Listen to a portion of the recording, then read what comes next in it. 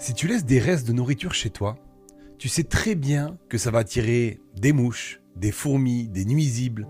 Mais écoute bien, le problème ce n'est pas les nuisibles, ce n'est pas les mouches.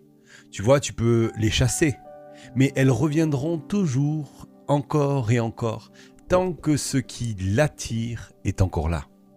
Et vois-tu, il en est de même dans le monde spirituel. Les démons peuvent se manifester, et alors il faut les chasser. C'est biblique. Ça arrive régulièrement dans nos cultes, dans nos vies, mais pour beaucoup, la délivrance c'est juste ça. Démon au nom de Jésus sort et on croit que ça suffit. Mais tant que tu laisses des déchets, le mal reviendra encore et encore. Tu veux voir les démons fuir de ta vie ?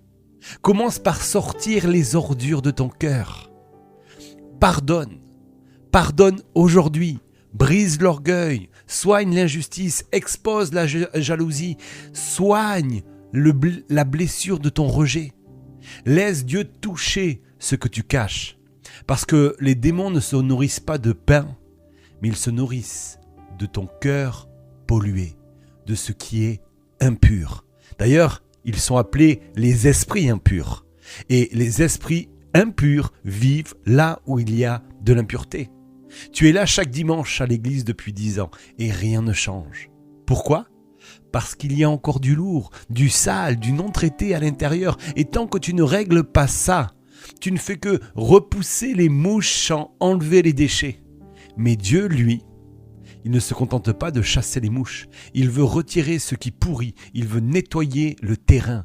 Et nettoyer, ce n'est pas juste balayer un coin du cœur, mais c'est un terrassement complet.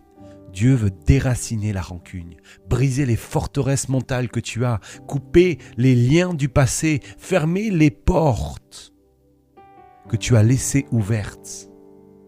La Bible dit dans Ésaïe 40, verset 4, « Toute vallée sera comblée, toute montagne et toute colline abaissée. Les passages tortueux seront redressés, les endroits rocailleux seront aplanis. » Oui, Dieu veut aplanir les choses en toi, parce qu'on ne se construit pas sur un sol instable. On n'impose pas l'onction sur un cœur en désordre. On ne bâtit pas sur des fondations fissurées et un sol instable. Beaucoup veulent de la délivrance, mais refusent d'enlever le buffet qui nourrit leur chaîne. Ce n'est pas juste dire « sors », c'est oser dire « Seigneur, purifie-moi ». Je te donne ce que je cachais, je te donne ma honte, ma rancune, mes blessures. Viens nettoyer ce terrain et bâtis sur moi quelque chose de nouveau.